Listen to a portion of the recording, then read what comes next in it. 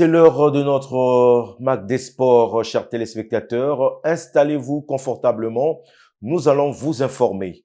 Au menu de notre dégustation d'informations sportives, vous allez avoir le handball, le kickboxing et l'athlétisme. Achille Zikutoto et Marvin Sondé seront avec moi comme d'habitude sur ce plateau. Ne changez pas de chaîne, on se retrouve dans 2-3 petites secondes. Ils sont au total 3 équipes congolaises qui devraient représenter le pays en dames. C'est As Otoo et Kara. Et chez les messieurs, c'est l'Étoile du Congo. Alors messieurs, bonjour d'abord et bienvenue sur ce plateau. Bonjour Francis. D'après tout ce qui se passe au niveau de la Fédération congolaise de handball, est-ce que vous pensez que ces équipes peuvent aller loin dans cette compétition? Je commence par Achille Zikutoto.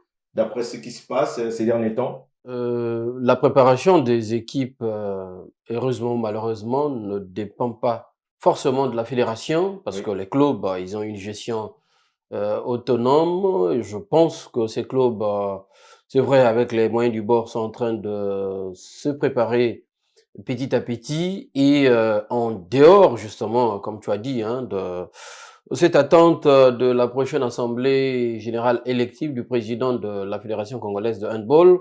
Les clubs, dernièrement, ont eu quand même du temps de jeu à travers cette compétition amicale co-organisée entre Asoto et DGSP et la entre et la DGSP. Ligue. Et donc, je pense que c'est tout à fait difficile de dire qu'ils iront faire long feu, mais c'est les équipes qui sont, pour le cas par exemple d'Asoto, c'est une équipe aujourd'hui maintenant qui a pris le goût des compétitions interclubs au niveau du handball féminin africain. Donc, je crois en cette équipe. Et maintenant, Alors, mais entre et Carré et toi du Congo, qu'est-ce que tu en penses? alors, le club athlétique Renaissance Aiglon Kara répare ou revient en compétition interclub.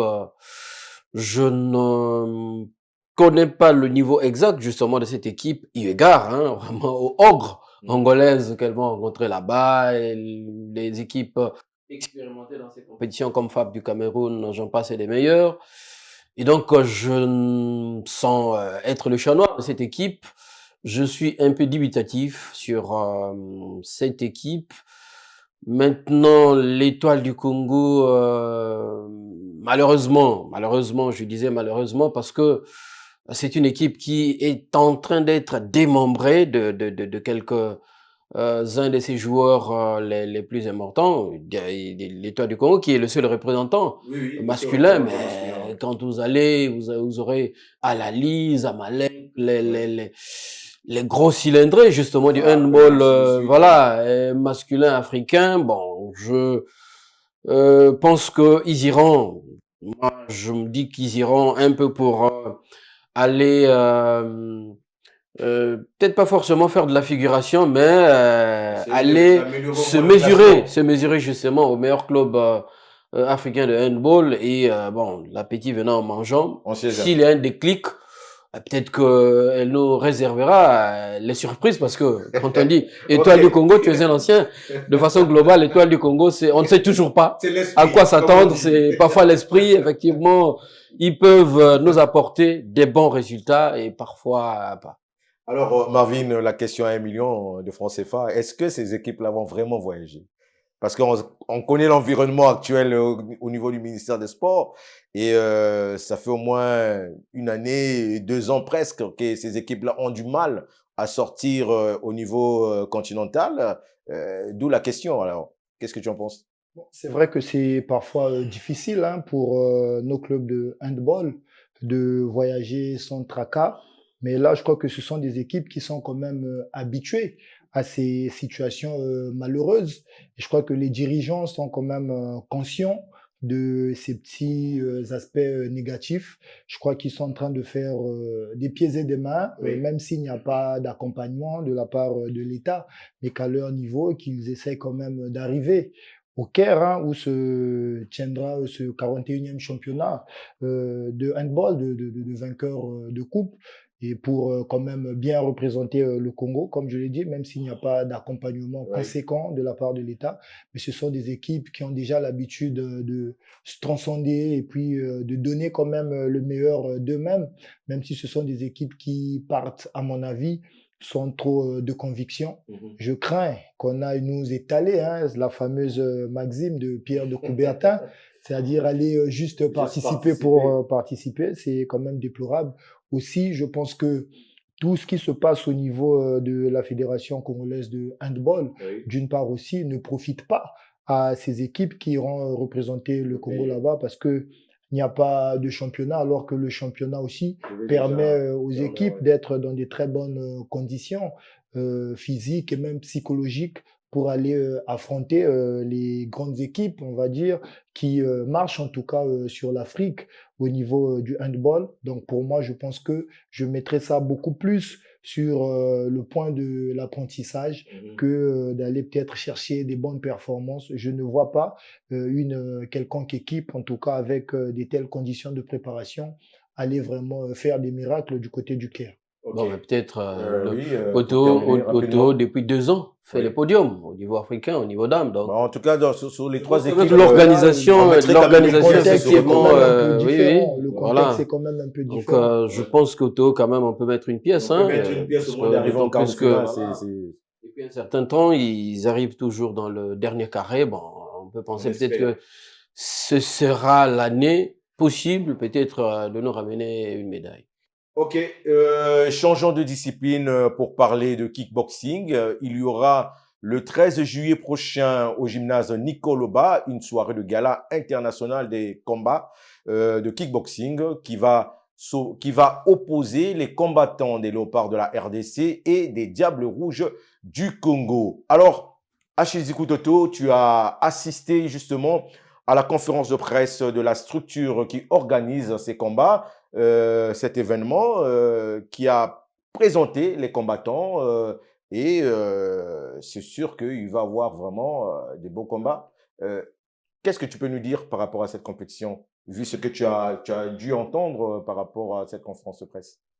Mais d'abord, j'aimerais féliciter les organisateurs qui seront à la 2e édition de cette compétition qui brasse les combattants, comme tu dis, les pugilistes, disons les adeptes du kickboxing, aussi bien de Kinshasa que de Brazzaville. C'est la chance que nous avons d'avoir ces 2 villes les plus rapprochées maintenant, en tout cas techniquement.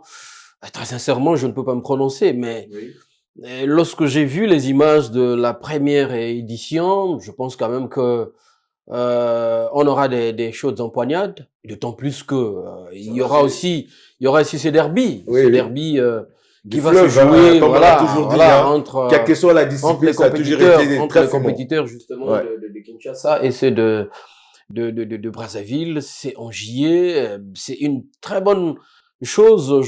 Voilà, les gens se posaient des questions. Pourquoi c'est tôt qu'ils annoncent cette compétition? Je pense que c'est une façon d'annoncer déjà, voilà, et qu'ils soient en alerte, qu'ils se préparent sereinement, que les annonceurs certainement aussi arrivent, parce que vous savez que dans ces sports individuels, il a la possibilité aussi bien de soutenir une fédération, de soutenir un club, mais de soutenir aussi un athlète. C'est le temps justement que les annonceurs viennent mettre justement peut-être leur pari sur les compétiteurs. On souhaiterait bien que ce soit les nôtres, hein, puisque nous on parle d'abord au nom des compétiteurs de la République du Congo. Congo, bien sûr. Et donc, c'est une très bonne chose. Je pense que le lieu choisi, pour moi, il est, comme j'ai dit, c'est le temple, justement, des sports de combat, Nicoloba.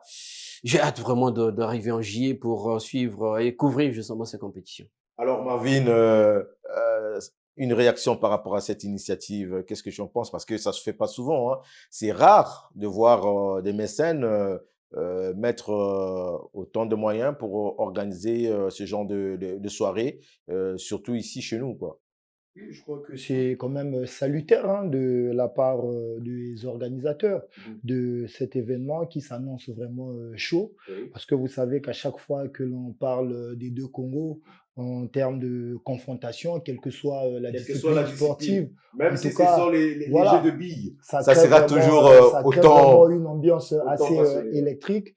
Et même là aussi déjà dans la communication relative à cet événement, je crois qu'on nous met déjà dans le bain. C'est Oui. vrai que juillet est encore loin, mais déjà dans les Il faut esprits, retenir je la crois date, que hein. Il faut voilà, vraiment déjà prendre le dans les rendez-vous. esprits, on nous Mhm. fait déjà passer le message selon lequel ça s'annonce vraiment très chaud.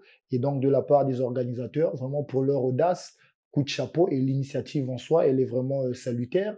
On espère bien que ça ne va pas s'arrêter là et que les années à venir, en tout cas cet événement, va perdurer dans le temps. Parce qu'une fois encore, c'est toujours dans l'esprit de mettre le pont sur les Oui. deux Congos parce Mhm. que nous partageons plus ou moins la même culture. C'est vrai qu'il y a quand même certaines rivalités, surtout du point de vue sportif. Et là, je pense que cette compétition va vraiment faire un charme dans l'environnement sportif entre les deux Congos. Alors, il y aura quand même un combat de gala qui va permettre à ce que les deux combattants puissent vraiment briller. C'est-à-dire qu'il y a une ceinture quand même en jeu. Est-ce que vous pensez que le Congolais aura vraiment sa chance de gagner cette ceinture, Marvin? Bon, ça sera un peu difficile parce Ouais. que de l'autre côté aussi, hein, on se prépare vraiment en conséquence. Mhm. Je crois que le petit avantage pour le Congolais, c'est le fait d'évoluer déjà dans ses propres installations. Exactement. Nicole Oba nous a déjà habitués hein, à des ambiances électriques Ouais. quand On il se s'agit souvient des sports de combat. Jeux Donc africains. déjà, je crois que l'appui du public pourrait déjà doper notre compatriote et il sera dans des meilleures dispositions Oui. psychologiques déjà pour affronter son adversaire de Kinshasa. C'est un facteur aussi, je pense, qui pourrait Pour déjà jouer. être en sa faveur. Alors, Achille Toto, pour boucler ce sujet, quel conseil que vous pouvez donner aujourd'hui à ces organisateurs par rapport à tout ce qui se passe, les nouvelles réglementations, comatiques, et ainsi de suite? Parce que il faut quand même aussi le dire que médicalement, il ne faut pas vraiment euh, se rater là-dessus. Parce que par rapport à tout ce que nous avons vu ces derniers temps dans des combats, des KO, ainsi de suite, quel conseil tu peux donner aux organisateurs au point de vue de cela? Aucun. Parce que je sais que c'est pas la première édition qu'ils organisent. Mhm. Ils sont habitués à organiser ces genres de compétitions. Et comme tu as dit, il y a des aspects importants qu'il faut prendre en ligne de compte. Moi, je pense que l'intégrité, comme tu as dit, la Oui. première chose physique et sanitaire des combattants doit être mis en avant. Donc, il faut prendre justement les mesures qui s'imposent. Et en même temps aussi, il faut continuer à faire cette campagne de communication pour ramener justement les sponsors. Il faut que ces jeunes-là vivent justement de leur art martial. Et donc, ils continuent à faire le lobbying auprès des annonceurs afin que, effectivement, que ça ne soit pas juste que le public Oui. qui s'enjaille, comme disent les Ivoiriens, mais que ces combattants-là, des deux Se rives, retrouve aussi. se Hein, retrouvent, on va dire, financièrement. Il n'y a pas de honte à le c'est très dire, hein. important. Voilà, ils ont sacrifié leur vie pour ne vivre que du kickboxing, donc qu'ils pensent effectivement à, comme j'ai dit, à aller vers les mécènes afin que voilà ces jeunes à la fin, voilà, s'en sortent, voilà, avec des cachets raisonnables, parce que ce sport, c'est leur choix, c'est donc leur choix de vie qui peut C'est aussi leur leur faire métier, comme vivre. on dit souvent. Voilà. Alors, passons à présent à l'athlétisme, notre dernier sujet, pour vous parler du dernier club né dans la discipline. Il s'agit de la section athlétisme d'As Auto qui, je vous propose de découvrir dans ce reportage du service des sports de Vox TV. Suivez. J'ai fait les 110 mètres et j'ai raflé la médaille d'or. J'ai obtenu la médaille de bronze, 3e place. Je fais les 100 mètres et les 200 mètres. Une médaille d'or au pool Malébo ou sur longueur, médaille d'or. Ce sont là les quelques figures de la section d'athlétisme de l'association sportive Auto nouvellement créée. À Kinshasa, ces représentants du club jaune et bleu, qui participaient à leur première compétition internationale, ont tiré leur épingle du jeu. Je partais à la compétition avec le but de gagner la médaille, malgré que je n'avais pas assez d'entraînement dans les jambes. Arrivé au lieu, je me suis dit, coup à coup, je dois apporter la médaille. Je me suis donné à fond et voilà. Comme ça n'a pas toujours été facile pour les compétitions internationales, et j'ai fait les 800 et les 1500 mètres. Au 1500 mètres, j'étais deuxième, j'avais occupé la deuxième place, et au 800 mètres, j'étais premier. Pour sa première expérience dans une compétition internationale, la moisson des athlètes donne raison aux dirigeants qui ont su miser sur ces jeunes, encadrés par un staff technique dynamique, dévoué pour l'atteinte des missions assignées par Raoul Ominga, le président d'honneur d'As Auto. On est arrivé, on a constaté qu'il y avait un projet qui était déjà là assise. Nous, on ne fait que suivre ce projet avec ces athlètes que nous avons dans notre groupe. Donc, qui sont nos accompagnateurs en quelque sorte dans ce projet-là, qu'on doit coûte que coûte atteindre les objectifs. Pour le président d'honneur, je dirais encore merci. Merci pour son accompagnement. Qu'il ne s'arrête pas là. Il y a beaucoup de challenges qui nous attendent demain. Je dirais encore qu'il soit confiant. Cesse de réfléchir matin et soir comment faire pour mettre ces athlètes-là en condition à les représenter ce club As Auto, qui ne représente pas seulement As Auto, qui à l'extérieur représente la nation congolaise. Ce club qui souhaite devenir le club référence de l'athlétisme congolais souhaite jouer les premiers rôles au niveau des compétitions de la Ligue départementale de Brazzaville, le championnat national et les compétitions internationales de cette discipline. Alors Achille, qu'est-ce qu'il y a d'exceptionnel dans cette équipe d'As Auto que nous venons de voir dans ce reportage, qui a d'ailleurs pris part à une compétition pour le Malébo de l'autre côté de Kinshasa? Alors Francis, il y a quelques années, peut-être même il y a un an pile, on ne parlait pas encore de section athlétisme à l'As Auto. Donc, c'est une section très jeune, tu as dit, c'est la dernière équipe à avoir mis en place une section athlétisme. Et pour un premier coup d'essai dans une compétition internationale, donc qui s'est passée à Kinshasa, une compétition pour le Malébo, des jeunes qui commencent, pour la majorité dans cette discipline, il y en a qui n'avaient jamais voyagé, qui n'avaient jamais participé, ils l'ont dit eux-mêmes, à une compétition internationale, même si elle est amicale, mais arriver à rafler autant de médailles, c'est ce qui est exceptionnel. Ce qui est encore exceptionnel, c'est que les dirigeants d'As Auto ont misé sur la jeunesse. Vous voyez bien, le directeur technique national, c'est un jeune. Par exemple, le directeur technique de cette équipe-là, c'est un ancien athlète lui-même, un cadre du sport et qui est mis justement à la tête. C'est la preuve effectivement que lorsqu'on mise sur la jeunesse congolaise, on a les résultats. Lorsque vous voyez aussi la majorité des coachs, en fait c'est le casting. C'est le casting que je trouve exceptionnel, des gens qui s'y connaissent dans la discipline qu'on a mis ensemble pour un projet, faire de sorte que As Auto devient le fer de lance de l'athlétisme en République du Congo. Je ne manque pas du respect pour les autres clubs qui ont les sections d'athlétisme, mais avoir toujours cette idée-là de se dire Auto fait déjà pour beaucoup de sports, mais Auto aujourd'hui se lance dans une discipline, l'athlétisme, comme on dit, qui est la mère des sports et qui veut petit à petit, comme a dit le DT, imprimer sa marque dans l'athlétisme congolais et le faire avancer, pas seulement au niveau national, mais au niveau international, comme à travers ce tournoi amical.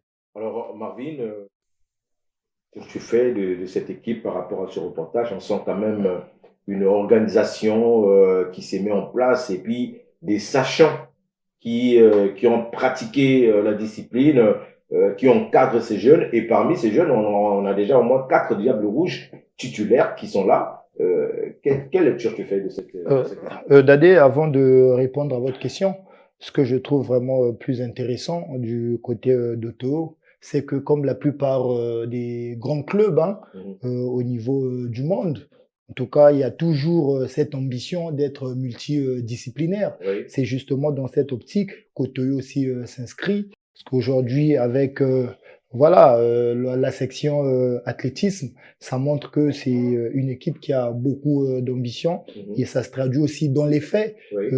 Pour une jeune équipe qui a déjà une compétition internationale du côté de Kinshasa, c'est vrai que même si c'est amical, encore qu'il faudra le faire, pendant que beaucoup de clubs ne font pas ce genre de choses. Du côté d'Otoyo, vous remarquez que vraiment les choses avancent comme sur des roulettes. Ça prouve maintenant, pour répondre à votre question, qu'il y a quand même un management assez intelligent de la part des dirigeants de ce club. Le fait déjà de mettre les personnes qu'il faut à la place qu'il faut, donc des personnes ressources, des personnes qui maîtrisent bien l'athlétisme, ça montre que c'est une équipe qui a des ambitions vraiment d'aller loin. Et les résultats du côté de Kinshasa le prouvent suffisamment. C'est donc des indicateurs, je pense, de sérieux qu'Otoyo est vraiment en train de faire. Et pour le reste, je pense que on verra de très bonnes choses, qu'il ne s'arrête pas là. Otoyo, avec ce qu'ils sont en train de faire, va essayer quand même de remettre de l'avant l'athlétisme au niveau du Congo. Et moi, je vois que c'est vraiment de bon augure, non seulement pour ce club, mais aussi pour l'athlétisme congolais en général. Alors, un petit mot peut-être sur le président d'Oto, parce que on sait qu'ils ont déjà le football, le handball, le basket, le nzango, le judo, le karaté. Et là, on voit qu'il y a maintenant l'athlétisme qui commence aussi à prendre corps. Un petit mot sur le président général de Asoto. Alors, le président Raoul Ominga, on ne le dira jamais assez, c'est un mécène du sport congolais de façon globale, mais c'est lui qui est en train de donner la chance à la jeunesse au niveau de ce club à Soto. On venait de parler de la section dames du handball qui est devenue l'équipe d'Asoto, est devenue l'une des équipes qui fait maintenant les podiums au niveau africain. Et donc, moi, je souhaiterais justement qu'il continue justement sur cette lancée concernant l'athlétisme. Et surtout, l'autre chose la plus importante, c'est que ces jeunes se retrouvent. Parce qu'on a souvent fait cette erreur-là lorsqu'on crée les sections, lorsqu'on crée des équipes. Parfois, c'est les dirigeants qui se sucrent, il faut le dire clairement, mais qu'on mette les conditions optimales de préparation, qu'il y ait du matériel nécessaire mis à la disposition de cette section, mis à la disposition des techniciens, des athlètes, et qu'il y ait un accompagnement au-delà de l'accompagnement technique, un accompagnement financier aussi. Aujourd'hui, je